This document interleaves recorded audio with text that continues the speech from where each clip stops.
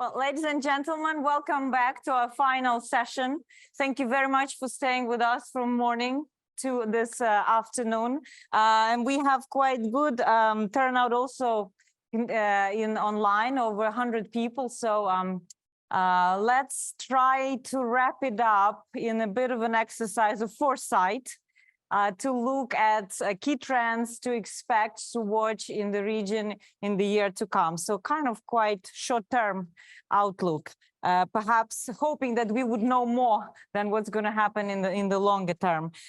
So my name is Zurisa Lutevich. I'm the head of Ukraine Forum at Russia and Eurasia program, and I'm joined by this excellent panel of experts who do know their respective regions quite well, but also who understand Russia quite well. I think that is an important qualifier to understand the impact on the region, is to understand really how Russia behaves, what are its strengths, leverages, weaknesses, and patterns. So I'll introduce the panel before we head to our discussion. But before, I have a very important announcement from our conference unit to make. There are conference evaluation forms that you have in your packets. And we really ask you to take a couple of minutes to reflect on the quality of this event and to incentivize you. We do know what works best for humans, as we think so. It's the bottle of champagne. So if you please fill in your forms, and then there will be a random draw. Apparently, I'm responsible for that. But whoever's form I will pick will leave here, not just with knowledge and insight, but also with an amazing bottle of, I hope, what is good champagne. Right. See, already. You can please stay at your seats, because the team will go around and pick up the forms. So back to a bit more serious things, which is what to expect in the region. And I'll just introduce speakers as I will ask them to contribute, moving from east towards Western Europe. And I'm really pleased that Dusim Satpayev is here with us. He's independent political analyst and director from the Kazakhstan Risk Assessment Group. Welcome, Dusim. Stefan Meister, who is known to many of you. He is the head of program called International Order and Democracy at the sister organization in Berlin, German Council on Foreign Relations. Katarina Volchuk, our associate fellow, and I would say the most active contributor so far at the conference. She spoke at the panel, she moderated Moldova, she's again on the panel. Katarina, she must know something, you know? So thank you so much for all the time. She is also a professor of East European politics at the Center for Russian, European, and Eurasian Studies at the University of Birmingham. And last but not least, our own James Nixie, who is the director of Russia and Eurasia program, and somebody who understands both Russia, Central Caucasus, Ukraine, and the whole of that complicated region we've been discussing all day. So, Dusim, over to you. If you were to, looking forward, really identify key trends for us to watch in the year to come, and what will define the future of how Central Asia in particularly will evolve next year? Good question. Well, before we have very interesting discussion about it, well, I'd like to say that we have very interesting trends. First, I believe in Central Asia region, we will be building new geopolitical balance, because Turkey and China will increase activity. Turkey in the framework of organization of Turkey states, and I believe Turkey maybe will be one of the main military partners for the some part of Central Asia countries. Well, and as for China, yes, for China it's very important to save stability in Central Asia, because you know, for China now the main sphere of interest in another region, Taiwan, south part of Asia. Well, that's why for China very important to save stability in Kazakhstan, and I'm not sure that China will support any attempt of Russia to realize in Kazakhstan Ukrainian scenario, if we talk about the northern part of Kazakhstan. Before the war in Ukraine, in Kazakhstan we have a lot of discussion, who will be the next. But now I believe Ukraine destroys the myth about the Russian military power. Well, and it means that the influence of Russia, the influence of organization of collective treaty, security treaty organization, yes, decreased too. Well, and another very interesting trend, decolonization, because in all our Central Asia region appeared new generation of independence. It's very important. It means that in future, the influence of Russia propaganda, influence of Russia idea of Russian vote will decrease in our region. Thank you. Okay, thank you very much. That's being very brief, but I think we can come back in questions again to some of those points. It's interesting, as James mentioned at the beginning, that today is the anniversary of Ukraine's referendum for independence, that in a way set in motion quite an important process of the dissolution of the Soviet Union, exactly because of that power of people. And when you think about what triggered it at that time, it was real allergy to authority and putsch that happened in 1991 in August. That really scared Ukrainian communist elite, Ukrainian people, Ukrainian nationalists, and there was a convergence. So this war in Ukraine is also setting in motion some trends that we see already now, but maybe some we don't see. But if we move from Central Asia to South Caucasus and perhaps North Caucasus in Russia, I don't know if this is a new region we should be talking about, Caucasus. What trends do you see, Stefan, that you would like to share with us? Thank you again for the invitation. Really pleasure also to be in person. Here at Chatham House and in London. I always enjoy also to meet so many great people and also the colleagues. I will also talk about the South Caucasus, but let me just frame this also in a broader context, because I think this war in Ukraine is really creates a major shift in terms of security and also geopolitics and geoeconomics. And I think how we started today also in the morning, I think this is the acceleration of the ending of the Russian Empire. This is the acceleration of the end of the post-Soviet space. And I think that creates an opening, but it creates also risks. I think what we can see, and I think we can see this in the South Caucasus, but also in other regions, we see that third powers are coming increasingly into these regions. And it's Turkey in the South Caucasus, which is becoming a key player. It's China in Central Asia, which is becoming even more important as it was before. It's maybe the EU in Eastern Europe, if you're looking to the enlargement decision now. But we see clearly this geopolitical shift. And at the same time, and I think that's also especially related to the South Caucasus, but not only, there is a kind of a security vacuum.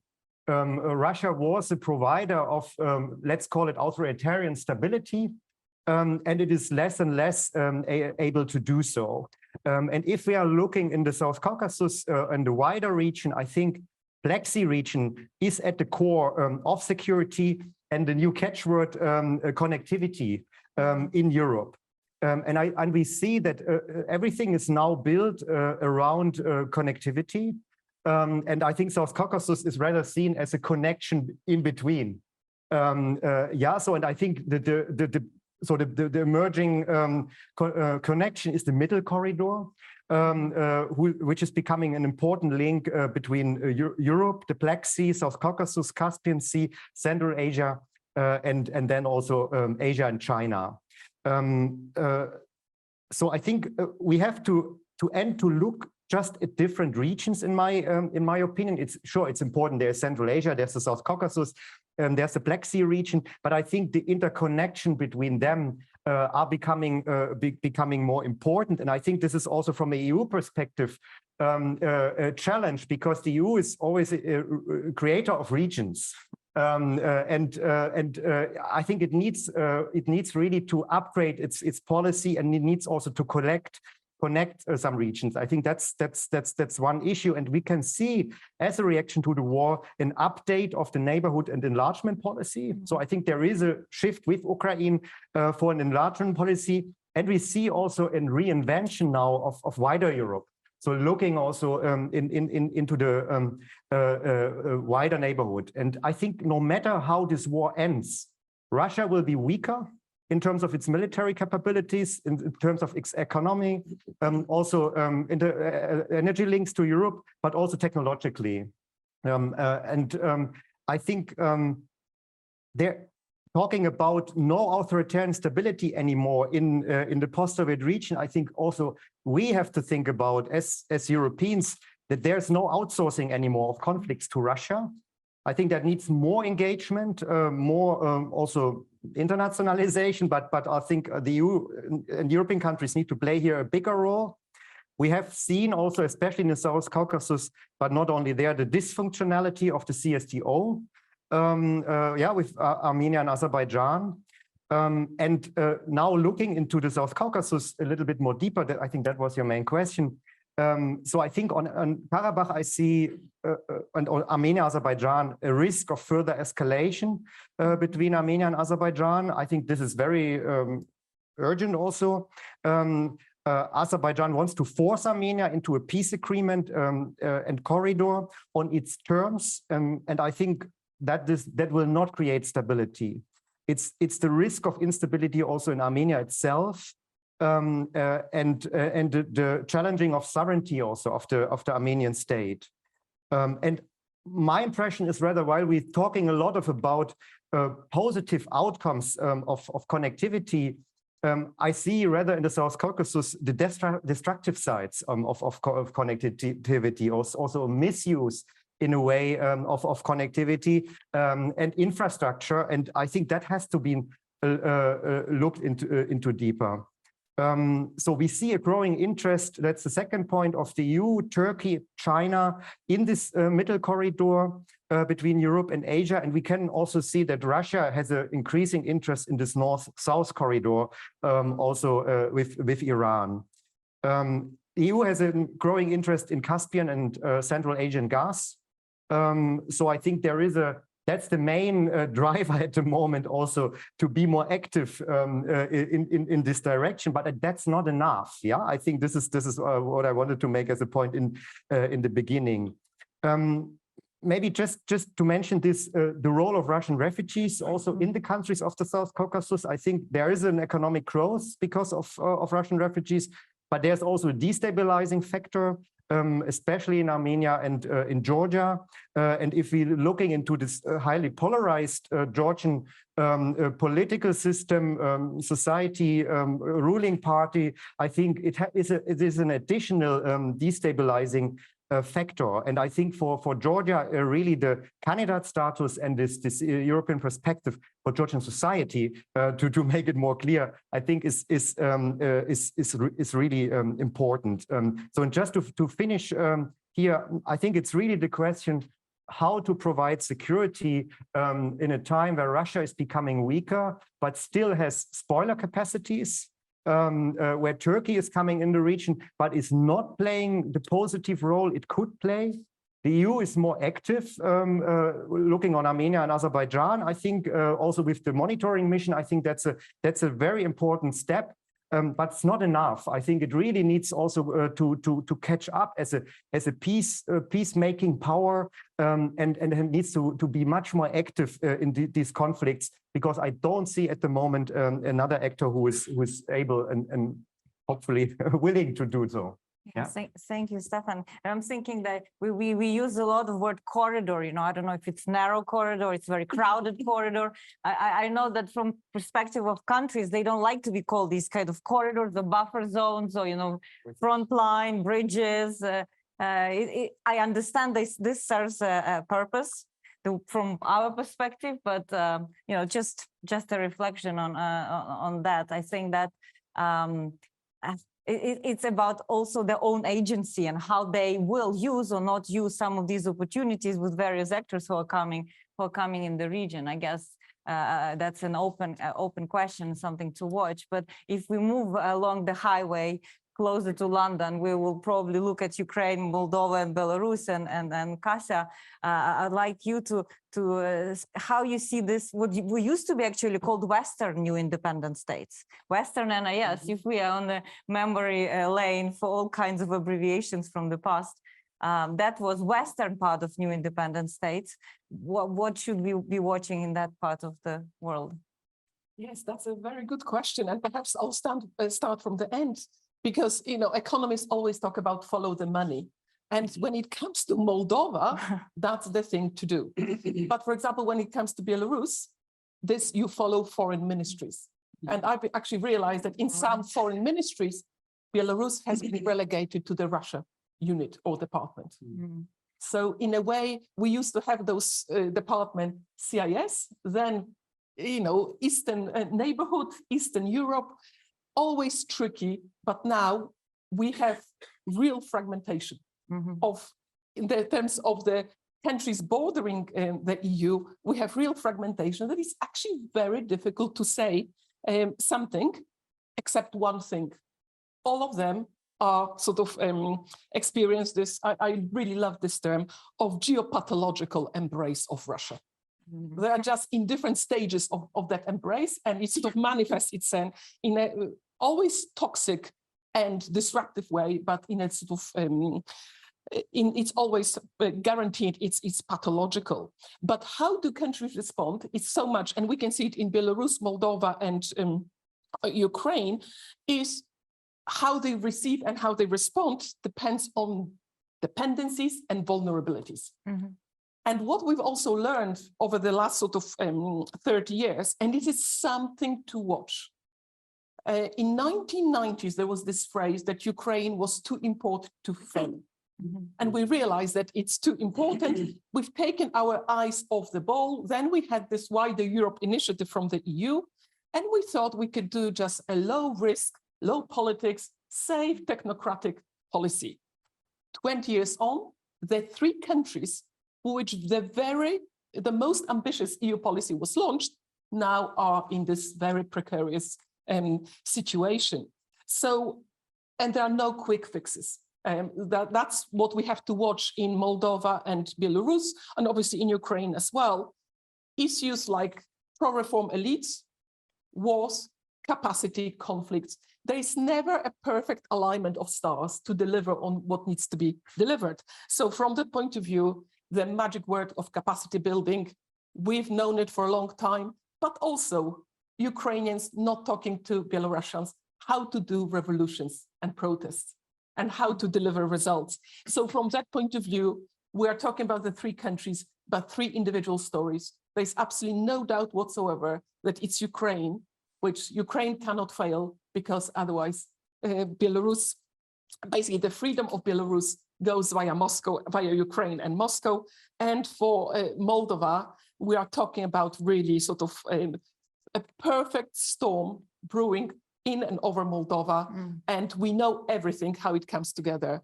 And despite what's happening in Ukraine, we also have to attend because we know that it will backfire.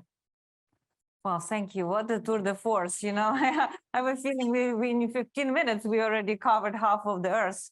But, you know, something that I maybe wanted to ask you, because Stefan mentioned the role of EU becoming more prominent with the candidate status for Ukraine and Moldova. What do you expect on that route?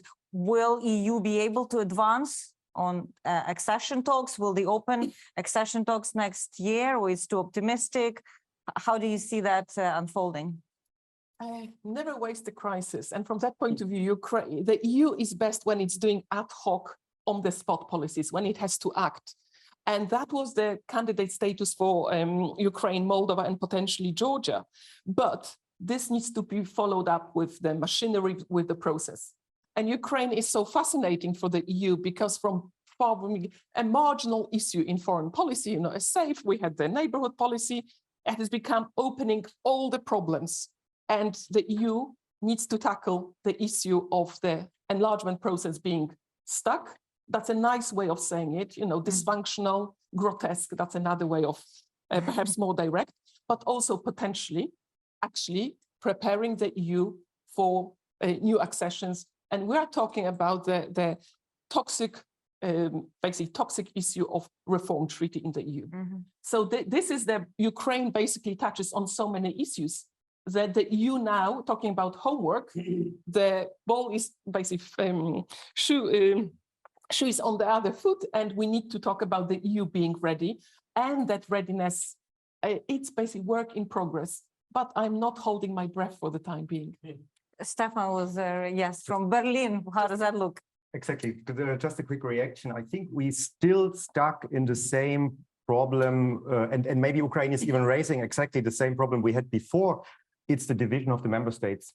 So even if there is now this decision that the candidate status is there, upgrading and updating the process also to show and to give to Ukraine something in short term, and to Moldova, I think they are so much interlinked that this is really seen together.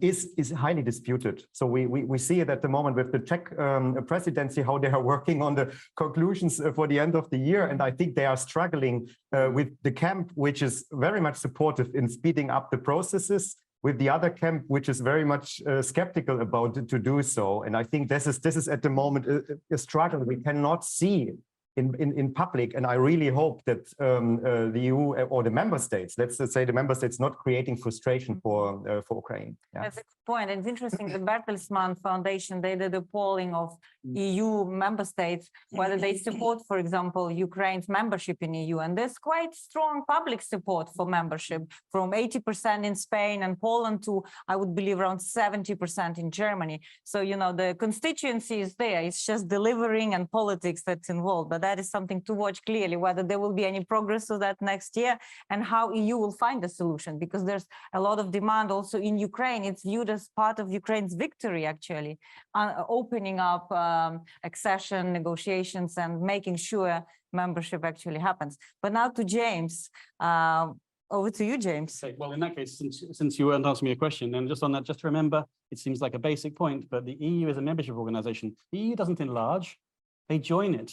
It's a key difference between what Russia tries to do, and it's often forgotten when there's a moral equivalence there. Right, thanks again. I realize I'm keeping people from their wine now, so I am getting nervous, but most of you will have seen the Tim Ash presentation earlier in the economic session. It was quite extraordinary, and I don't like to disagree with Tim. I don't necessarily disagree, but he did, if you recall, he's predicted there would be, this war would end soon. He was saying somewhere in the first half of next year, in fact, quite remarkable. Now, in my experience, then, pessimist Russianists are invariably proven right. So I'm not sure I'd go quite as far as Tim. On the other hand, in this case, pessimism is kind of good news, because this war is disastrous for Russia. It simply hastens the decline and the collapse of the regime eventually. As Timothy Snyder said recently, I think in a Guardian article, I think it was, he said, to lose is to win for Russia. In the end, a better Russia will eventually come from losing this war. They just don't know it yet. And of course, I don't agree with what our definition of a better Russia might look like, but it's one, of course, which doesn't have delusions of grandeur and a greatness and superiority complex. Actually, a superiority and an inferiority complex, actually, together. Ultimately, a more normal country. Now, Russia was going into economic decline even before the annexation of Crimea in 2014. But now the forces ranged against Russia are absolutely intense, as Maria Shagin and others were saying earlier again. And of course, if that hastens the end of the regime, then the reality is they have no succession principle. Read the works of Andrew Wood sitting over there, I can see. He's written on it time and again. There is no succession principle in Russia. And this is very significant because there's a younger generation in Ukraine, by contrast, who are now in power. Yeah, they're in their 30s. Six presidents in Ukraine. You did, but currently the people who are really moving things in Ukraine are in their 30s and 40s. That is obviously not true in Russia. In Russia, that generation of people has been exiled or worse, and Putin has obviously created that problem. And the war will accelerate this process. He has removed the possibility of good successors. And tyrants always fall. They normally fall because they make a final mistake and because they believed in their own illusions. And I think this particular mistake, starting on 24th of February, but this particular mistake, this war he's gotten Russia into may well be it. And Putin has already been forced into doing things he don't like. So look at it, you're talking about trends, but clearly mobilization is something he didn't want to do at the beginning. So I think, you know, what we're saying here is this period is a little bit like late Stalin. Stalin was not as powerful in, say, 48 to 53 as he was in his earlier and middle years. So I think the regime won't fall. I'm not saying regime's fall is imminent. I don't necessarily think it will fall with some dramatic scene, but you move into a kind of group rule. There are conversations in corridors, different kind of corridors. And so you get sort of an oligarchical pluralism, as someone said, for power. So I think Putin's position will be deflated, but he'll not necessarily disappear completely, much as you might like to hear otherwise, but not as some sort of cataclysmic head. So I do think there's a silver lining to this war. And that's that Russia's ability to extend its malign influence across the world will surely be stymied. The geopathological embrace will be released, but you Ukrainians are paying for it right now. You know, it's interesting because I remember discussions way before the war where we are doing quite a lot of analysis of malign influence, coercive influence of Russia over the countries that we are discussing now. But I was always wondering what would be the influence of a country like Ukraine over Russia. And clearly Putin inflicted on himself this test, which I couldn't even dream, you know, so much losing, you know, on the battlefield in Ukraine to Ukrainians who he hardly considers as a state. But actually, another question that is related to that influence of the region over Russia, right? Something, a bit of a change of a paradigm to think about, because we're so much from the imperial center to the periphery, thinking about the influence. But maybe, James, to you, from Brian Cartelich, who's retired diplomat, he says, during the session on Ukraine's reconstruction, the panel expressed support for Ukraine's NATO membership. I believe that this would ensure permanent dictatorship in Russia, and an enduring culture of victimhood and revenge, and the conviction of future Russians' generation that Putin has been right all along. So wouldn't internationally guaranteed neutrality plus EU membership be a better option for Ukraine? Wow. Well, far be it for me to disagree with the last British ambassador to the Soviet Union. Brian, hello, if you're out there. No. NATO membership, as John said, John Laughlin in his, you know, is frankly the only real security guarantee that Ukraine is ever going to get.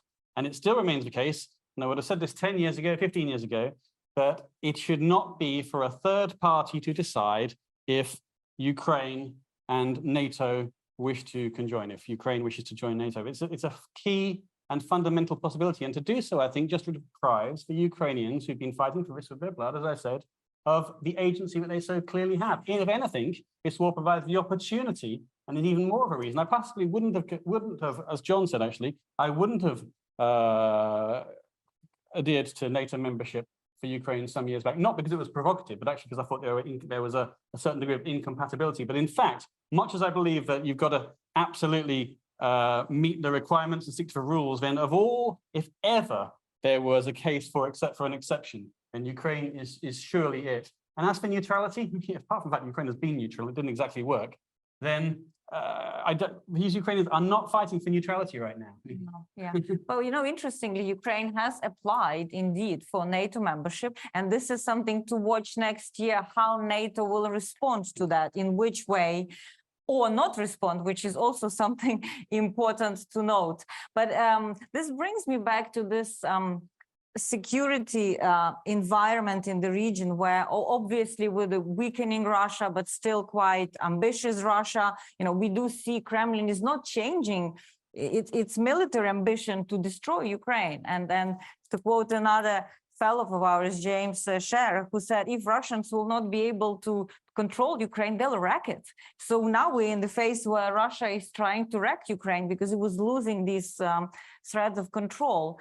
Ukrainians are learning this lesson very hard and painfully. They understand that security is within NATO, but if that is not an option, it's you know, building a very, very strong army that is very much competitive with NATO, but that's a very costly exercise. Collective security exactly is supposed to make it cheaper. But if we look at the region, when we talk about, do you see this trend of countries securitizing their economy, also building armed forces? Is this something to watch beyond Ukraine and what's happening in Russia? Maybe Stefan, in the South Caucasus? Just 2 sentences on NATO. So I think we cannot expect NATO membership of Ukraine soon. I think that's pretty sure. But I think what we see is that Ukraine is not only armed with NATO weapons or weapons of NATO member states, it's also trained from NATO member states. So I think there is a de facto in terms of its capabilities and in terms of its equipment, I think, which is prior to what Russia has as equipment. There is a de facto kind of integration with NATO, yeah, and bringing in line also with NATO. And I think we all agree only the armament of Ukraine in a way that it's too costly to Russia to attack, or it can fight back at least, I think will help Ukraine. Even if I also agree, as long as this regime is able to attack Ukraine, it will do so. Yeah. So it has to lose this war, whatever it means. Yeah. So just as a word on this. I think security was the most important thing in this region, and is it even more now? Yeah. And you have the securitization in the end of all sectors. It's also, I think, from a European perspective, it's about supply chains, for instance. Yeah. So and it's about transit infrastructure. And I think that's all becoming more important, and it shows the vulnerabilities also of our economies, but especially of these of economies of the countries in between or in the shared neighborhood with Russia. Yeah, and I think in the South Caucasus we can see that on one hand the vulnerabilities of societies, the lack of resilience, yeah, in a way. If we're looking also to Georgia, I think how difficult this is if you have a pro-European society who wants to integrate in the EU. It had not the opportunity when the country was maybe ready and or the elite was ready, and now it's not the case anymore. I think also this disorientation, I think, is an issue. Yeah, I think there is. What is the option now? Is it really the EU? Russia is no option at all anymore for none of the post-Soviet countries. I think even for Belarusian society. There's no choice. Sure, but I think Lukashenko is one thing, but the society is another thing. Yeah.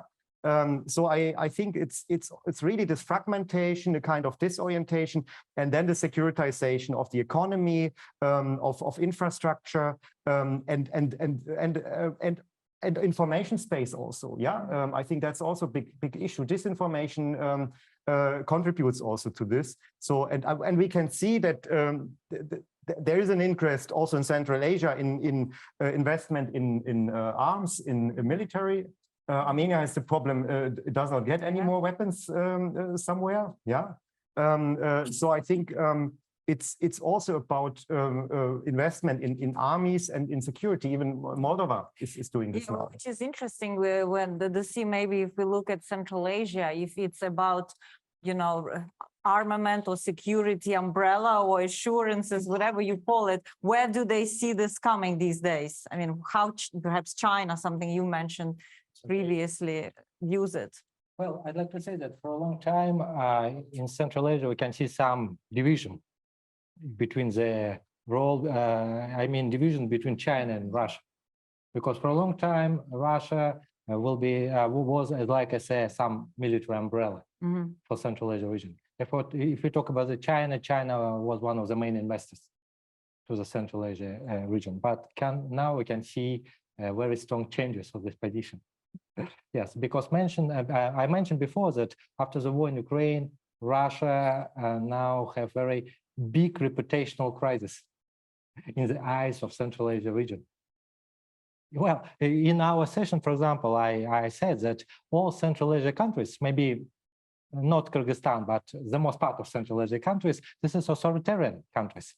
And for authoritarian regime, if you haven't power, you're a loser. You're not very interesting. Yes, officially, the most leadership of our region, yes, will have meeting with Mr. Putin, maybe some smiles, but unofficially, Mr. Putin now is not very important for them. Yes, Russia now have some level of pressure to Central Asia countries. If we talk about Uzbekistan, Kyrgyzstan, and Tajikistan, labor migrants, for example, million labor migrants now work in Russia. If we talk about the Kazakhstan, yes, unfortunately, Kazakhstan export above 80% of our oil through the Russian territory, through the CPC. It's very big problems for us. But from another hand, the most part of Central Asia countries will try to use multi-vector foreign policy. Well, I'd like to say, for example, Mr. Tokayev. If you look to the Mr. Tokayev, it's very interesting. Recently, he had a meeting with Mr. Putin. After that, he moved to France. He has meeting with Macron. Well, I believe Mr. Tokayev, he tried to be like as Mr. Erdogan, as a mediator between Western countries and Russia. I believe Mr. Tokayev, as a former diplomat, he tried to be like a mediator. Well, but if we talk about the military prospects, I believe Turkey will be the main military partner for our region, because if you look to our region, you can see that, for example, Kyrgyzstan and Uzbekistan have already bought some Turkish military drones. Well, Kazakhstan is going to build military factory together with Turkey.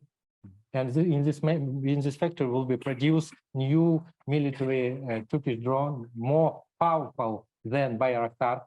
I mean, Anka, it's name of this drone. It means that, yes, Turkey will be the main military partner together with Azerbaijan. And another very important point of view.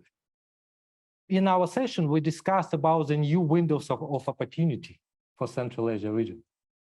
And one of the windows of opportunity, our region maybe will be one of the main transport logistic hub in Eurasia region. Yes, because Trans-Caspian from Western China to Western Europe, Trans-Afghan route, if this railway route will be built in future, well, Kazakhstan, Turkmenistan, Iran, China, Kyrgyzstan, Uzbekistan will have different interesting projects. And if this project will realize in future, will decrease our influence from the Russia. So it clearly opens these new dynamics that before were almost like we talked about frozen conflicts, but it was more about frozen maneuvering and opportunities that that prevailed because of that perception or projection that Russia actually succeeded for quite a while to arrest people's own foreign policy and prevent this from happening. But maybe if I move to Kasta before I open for the audience, but we'll open now for the audience.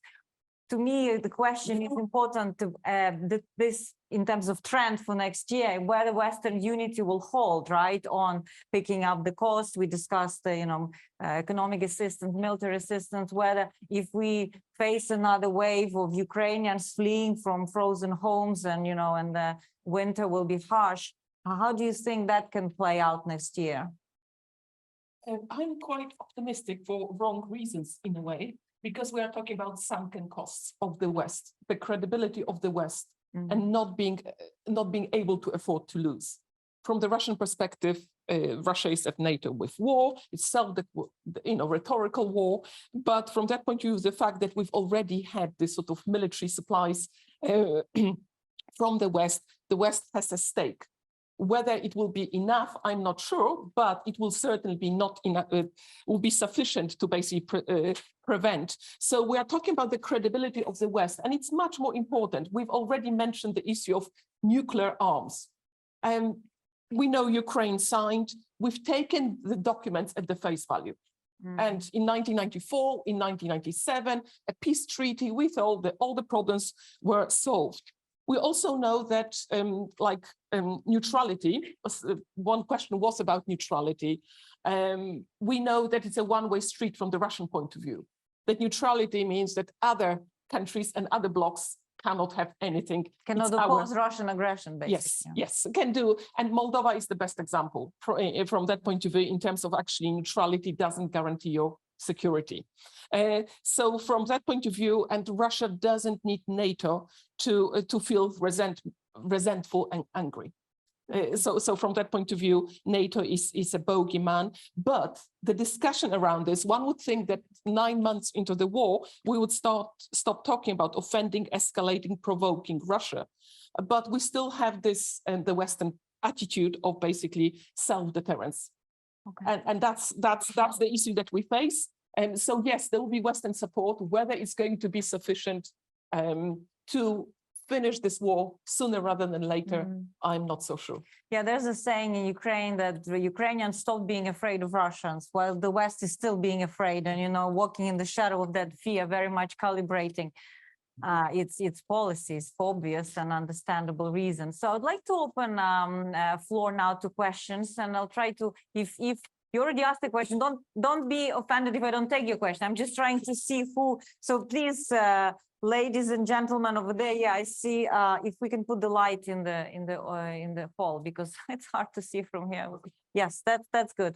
Excellent. So I'll just look at the room. I've seen the hand over there, and the lady in the back over there. Was there a hand there? No. Okay, then Bogdan, I've seen your hand first. And yeah. Just as we're summing up and talking about the entire region, some of us recall in 1975, there was something called the Conference on Security and Cooperation in Europe. It's not mentioned these days, is it? OSCE, etc. So my question is, today, what has this war or Russia's behavior taught us about where Russia, is Russia Europe, is Central Asia Europe, is Kyrgyzstan, Tajikistan as in the OSCE, are they still part of that framework? I'm not talking about whether the OSCE works or not, but in terms of our glance at who belongs where. The other thing I sort of haven't heard the notion, looking at 1975, Helsinki Final Act, human rights hasn't figured. It's economics, it's corridors. What about human values? Is that not important anymore in our day and age? Thank you. Is that something to watch? Yes, a good question. Over there, over there in the back. Yeah, I'm trying to bring on the new voices. So. Okay, thank you. Ina Malnikovska, Chatham House and Central European University. So actually the kind of bottom line of the whole discussion is that there is no post-Soviet area anymore, and that each country in the region have Russia problem, for example, but it perceives it differently. So there is different understanding and configuration of this problem. But at the same time, we know that EU and other international Western organizations are used to a sort of collective approaches to the region. So what do you think? What kind of collective approach could still be applicable to the region, probably in the realm of civil society cooperation? Is there something that civil society can learn from country to the country? Or should we a kind of change completely to individual approaches towards these countries? Yes. So how do we study the region, look at the region? What new linkages between these different countries we built, I guess? We discuss a lot on the program, isn't it, Arisia? The problem is that this isn't so much a region as an ex-region. It's the former Soviet Union, and there were newly independent states, and they're 31 years old. And it seems to me that we just haven't grasped the fact that actually this is highly anachronistic, and we probably shouldn't be talking about Dushanbe and Chisinau in the same sentence pretty much ever. So, but all I would say is, we're not going to come up with a good moniker right now. Great, if you can. But I do think, however, that this war ends Russo-centrism. Most of us came to the region, not you, Arisia, through Moscow. Yeah, we were all sort of Russianists at heart, but in fact, this will change things. People will come through the Baltic states, will come through Ukraine, and so we won't have this. There's a good article by Alexander Vinderman, an American official and whistleblower, talks about the end of Russo-centrism, whereby all offices were in Moscow and you used to occasionally visit the other things, and it ultimately had this deleterious effect where it made us in awe of Russia, and I think that will come to an end. But I think the region, the naming of it is highly problematic, because it means that people look down on it in some way because it's not as cohesive still as other regions of the world might be. Right, but there could be new linkages, corridors, bridges built to actually link regions in a different way, literal ones, yeah. And for example, transport integration between Ukraine and Poland now is, on the ground level. It's unthinkably, just a year and a half ago. On the OSCE and the human rights, where is it in this discussion, whether it will be something that will matter? I will just, I think these questions are interlinked with each other, very much. So I think what we have with this war now, and we can say since 2014, when this war in the end started against Ukraine, is the end of the collective security order, in Europe. It's the end of the post-Cold War security order. And I think we see that institutions like OSCE are not able anymore to provide any kind of security. I think Russia has also spoiled these collective institutions. I think it was one of the key players. It has tried them out, like the budget for OSCE, for instance. So I think it's not working anymore. And I think it's only NATO who provides security in Europe now. Yeah, I think that's the matter of fact. Let's defend a little bit also European Union, because with the refugees, talk about hard security, it's NATO. So no other security guarantees are there anymore. I think what we see is, I think we discussed this, is a regionalization. So I think and the creation in the end of new regional orders. in Central Asia with third powers coming in the South Caucasus and with maybe linked also to the Black Sea region and in Eastern Europe. And I think it's still an open question also what role the West, whatever it is today, or let's say Europe maybe will play. And if Europe maybe is reinventing also wider Europe, and connecting through all this connectivity initiatives and thought we have at the moment, the regions. And I think then Central Asia would be also part of it. Yeah, and I think the South Caucasus, Black Sea region and Eastern Europe is anyway part of it. Yeah, and I think what we see also from a EU perspective, a kind of trade-off with human rights. That's my impression. I think there are other topics or other issues it seems to be more urgent at the moment. Let's formulate it like this. And it's also invention of security, but and security in different ways. But it's all about also about again, it's about connectivity. It's about energy security. Yeah. So and I think it's the securitization of connections. And of relations which we can observe, and I think that's also happening with the EU. And my impression is human rights play not a role which they should play, and I think this is where the EU could also make a difference. Maybe I'm a very EU centric here, but I think that's I think that's. But that could lead us to a trap we've been before in a way. And do you mind if I take more questions and then because I've seen here Peter, and then over there, and then David.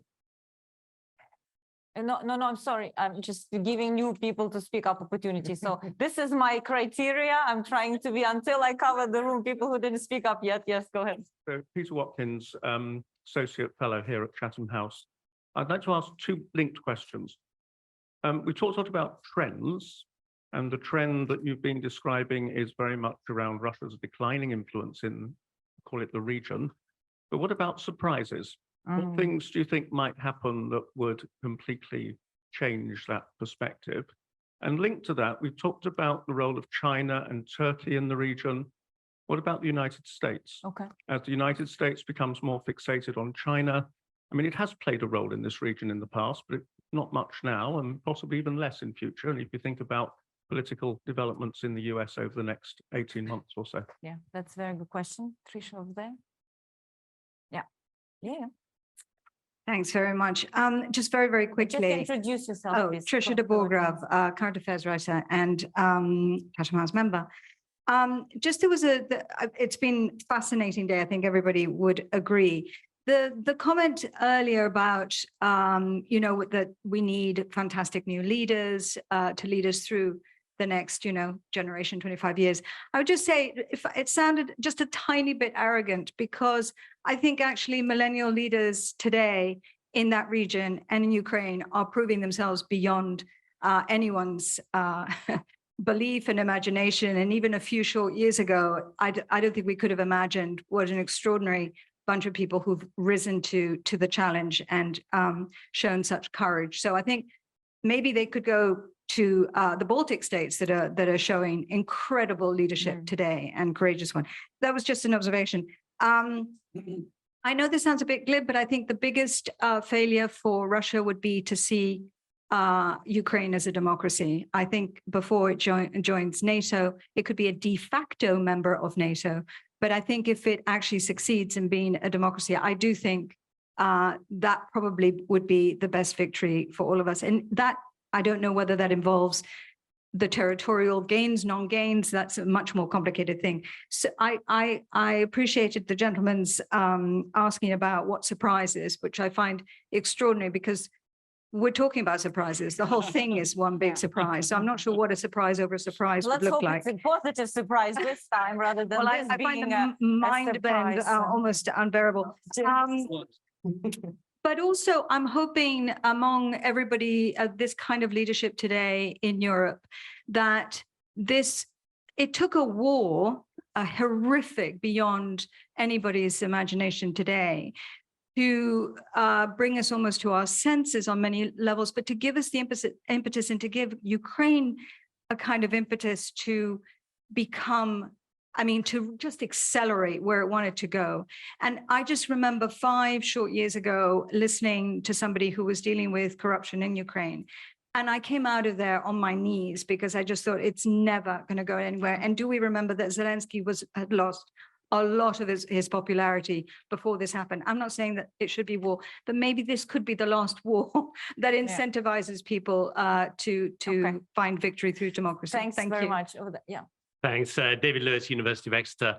I'm feeling there's quite a lot of glimpses of optimism on the panel, the silver linings. At the end of the day. Windows of opportunity.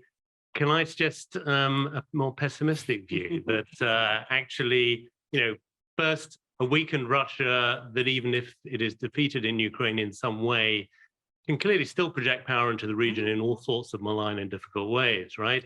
You just have to look at Iran and the Middle East to see how much a country under major sanctions can do nevertheless. So just a little bit of pushback on this idea that a weakened Russia is a Russia that we can deal with. And then secondly, imperial retreats tend to be accompanied by major wars. And we're seeing Armenia, Azerbaijan turning into potentially significant conflict, Kyrgyzstan, Tajikistan. And, with the best will in the world, the idea the European Union is going to be a very effective peacemaker in Central Asian conflicts, I think that is quite optimistic. Isn't there a potential that actually we see increasing fragmentation and conflict in which nobody provides security guarantees across Caucasus and Central Asia, for example? And unfortunately, we see a more conflict-ridden region in the future. Wow, fantastic. I think we'll now bring it all back to the panel, and maybe we'll leave the surprise question at the end, because I think that's a good way to wrap up the panel. And then we'll start maybe with, how do you see the role of US in the respective regions? And also for David's comment, I think, what do we need so we are able to deal with weak Russia? We don't want it, but it's most likely is going to happen. It's not the doing of our choice. This is a consequence of Russia's own behavior. So if this is the case, I'm not saying it's a happy series, but what do we need on the side of countries and the side of allies to be able to mitigate risks and cope with it? So back to the panel. Maybe we'll start with James and then. Okie doke. Just in no particular order, but Tricia, if Ukraine is a democracy, then that would be, even a better thing. My real point about it was that Ukraine was a democracy before it was invaded. It was an absolute democracy. It had governance issues. It had terrible corruption issues, but it was an absolute democracy. So, and I don't see it reverting from that. That's not the way this is going. I'm not suggesting that even that Volodymyr Zelensky is the most democratic person ever himself. He may prove to be an excellent wartime leader and a poor peacetime leader, but it was already a democracy. David, what would you prefer? A weakened Russia or a stronger Russia? They're both, you have a choice here. At the end of the day, I understand a weakened Russia could absolutely be dangerous. So you're dangerous on the way down, but a stronger Russia scares me even more, just on balance. So if you've got, so obviously what we want is a different kind of Russia. Obviously, that's the key. But if you have to be Manichaean about it, then weaker is better than stronger for what it's worth. And then finally on the US role, where would we be now if it wasn't for the US? I think personally, Mauricio, I think Ukraine would have lost by now. It has provided the lion's share. Tanks, you know. So I think we should be. I think. But they are not only tanks. Only tanks, of course. It's a ground war with a lot of tanks. So, but one thing Donald Trump got right, of course, was he said the Europe was not pulling its weight. But of course, ironically, then the one thing that nobody wants now, because they don't know what it'll involve, is the return of Donald Trump. But that was actually, that's the point. Yeah, well, I think there'll be another Chatham House conference about the impact of this war on the rest of the West, US, Europe, because that's also, impacts hugely with NATO enlargement, Sweden and Finland, with Germans, Zeitenwende and other things. So, Stefan. Not taking for Zeitenwende. I'm tired of discussing Zeitenwende. Not escaping. No, on the US, I think a lot of what the US is doing in Ukraine is about China, to be honest. It's signaling to China that could happen to you. And I think there will be a point, and I think we are reaching this point where the US wants to have us to pay more for our own security, do more for Ukraine, and also being more active in our neighborhood.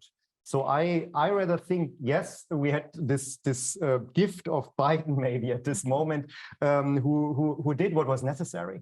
But I think the overall trend of the US is burden sharing and more active Europe and more responsible Europe also.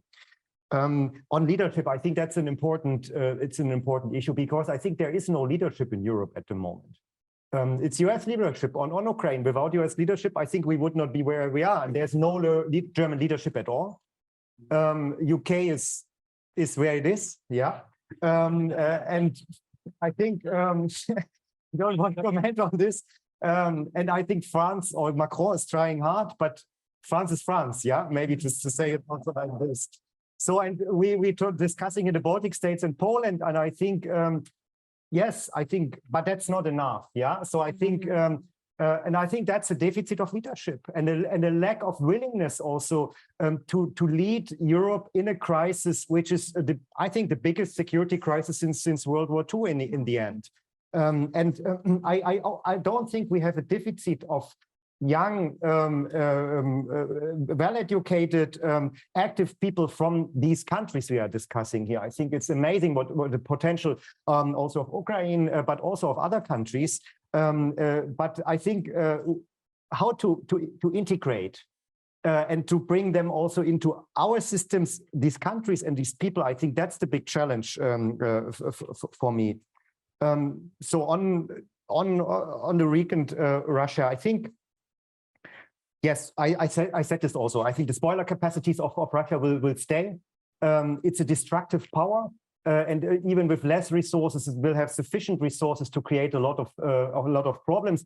It's a declining empire, and that will be a very, very painful process for all of us. Yeah, for us and also for the direct neighbors. I think the problem is, in the end, the inconsequence also of Europe and the West. I think we are. You mentioned just the EU as a peacemaker in Central Asia. I also don't see this, but I think if we are not more active in our neighborhoods, looking also to the Western Balkans, for instance, yeah, where the EU failed in many ways, others will shape these regions, and then it's not only Russia. Yeah, Russia will be one of several actors, and I think that's maybe the major trend. The fragmentation and the other players who are also shaping with their governance structures, with their interests, these neighborhoods. And if we are not able to be a security provider, we will have more crises. Yeah. So and I think more instability, more gray zones, and that's maybe one of the main challenges and trends. And I don't see it yet. That we're catching up. We really have a mental and strategic shift. So we're talking about Zeitenwende, but there is no mental and strategic shift in Germany. It's a catchword. It's maybe spending more money, but it's with the same people, with the same mental and lack of strategic background. We have a bureaucratic foreign policy, but not a strategic foreign policy. It's all about processes. Yeah. Yeah. So, and I'm finishing here at this point. The word I didn't expect, but because we just have 5 minutes left, and we still have two surprises, actually. One surprise in the bag and another surprise to think about what it is that may surprise us. So if you may just cut your comments a bit shorter. So, yeah. Well, about the United States, I'd like to say that if we talk about the Central Asia region, after the events in Afghanistan last year, the United States decreased activity in our region. But after the war in Ukraine, increased again. Well, but I'd like to say that for United States in our region, only two main partners, Kazakhstan and Uzbekistan, because in Kazakhstan, one of the biggest American oil and gas company. Well, as for if we talk about Uzbekistan is one of the main players in Afghan internal policy. It's very important. But we have another problem, because United States believe that Kazakhstan and Uzbekistan, Russia used for gray import, for parallel import. Yes, it's very dangerous. Because Kazakhstan, for example, has already been included in the United States a list of transit countries that can be used of Russia and Belarus for gray import. And if you know, in this year, one Uzbek company under the United States sanction policy. Yes, it was first signal to another Central Asia countries that you should be very careful. if we talk about the cooperation, economical cooperation with Russia. Thank you. Interesting, very interesting. Fascinating. Great. I'll go back to human rights. We haven't been talking, but in a way, it's a pecking order of priorities. Security comes before human rights. If we have a power which can bomb a prison with prisoners of war with impunity, we really need to have states' capacity and security in order to deliver human rights. And from that point of view, the issue of war crimes, genocide, and an international war tribunal, I would say, for legitimacy reasons and dealing with justice is very important. And the issue of weakened Russia, should we be concerned? We know we cannot change Russia, but we can perhaps minimize damage. And Russia, which cannot attack or is not willing to attack, this is what we are hoping for from that point of view. And what this day reminds us about, we have people who work with geopolitics, the level of analysis, chessboard, China, US, Europe, etc., and then us working on the region. And we tend to disconnect. They actually work together. And we cannot take our eyes off the balls, what's happening, because at the country level, because then sort of it backfires. And from that point of view, we really in Europe have been very complacent in terms of actually relying on the US as a security provider. And US patience is wearing thin. And are we seeing Europe? And I would say, the discourse on geopolitical awakening is yet to happen. We used to call Ukraine, was there one Ukraine or two? And now is there one Europe or two? And this geopolitical awakening, it almost was not necessary in certain countries, and it still hasn't happened. But the issue of the 1990s, when we had vision and actually ability, capacity, people willing to do it, we are certainly sorely missing them at the moment.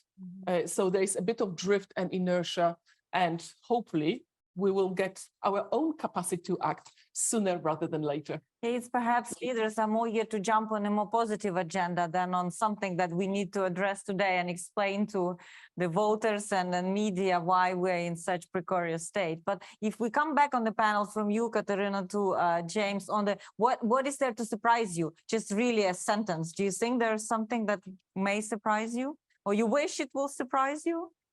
No, I wish there weren't surprises. And of surprises for the sim. Is there something that may surprise us? Something to... No, I'm not sure. Okay. Stefan, what do you think? No, I hope the EU surprises me in terms of being more active. And so I think that's... The EU surprises us and provides Ukraine more than 18 billion of microfinancial assistance. This is part of my surprise. Important, for this war. Yeah. It seems that the panel wants to leave, so maybe look, but I'll contribute. What the hell? There's got to be a chance that Russia's under a lot more pressure than we think it is, and therefore there will be an implosion of the kind we can't actually see, because by its very nature it is opaque. But I don't want to put a number on it, between 10 and 30%, that actually this regime will come crumbling down faster than we might imagine. I'm not saying that's not what will happen. We're talking about surprises, but that would surprise me, and in a good way. Right. Very good, Katerina. And perhaps one wish list, which I have, and sorry, I will just repeat what Andrei Kurkov said, that basically wishful thinking, that he would hope, he's very disappointed that Putin is not dead yet. Right. Simple as that. As simple as that, surprises that we may... Well, ladies and gentlemen, I think it has been a terrific discussion today in the end, but also throughout the day, with a more kind of bird's fly view over the region, but also deep dive into individual countries. I think Steinbeck said that war is a symptom of humans' failure as a thinking animal. Well, actually, I think in this world there were a lot of thinking about the dangers of Russia and the potential of these countries. I would say it's more of a failure of an acting animal, something that, we here in Chatham House and in respective think tanks are here to provide some insights, but it's up to policymakers, activists, those on the front line who take action now to stand by some of these values. And some people are ready to die. Some people are ready to hide. Some people, in crisis, we all take very different decisions and behaviors. And I do hope that Ukraine's bravery to stand by those values will help the region to overcome these dark times. Because indeed there is a future that is worth living and dying for. So I hope that you'll keep following our analysis on the region, and we'll convene next time to discuss a bit more brighter future for all countries that are now forming Russia and Eurasia program. But now we'll have Slava Ukraini. Героям слава.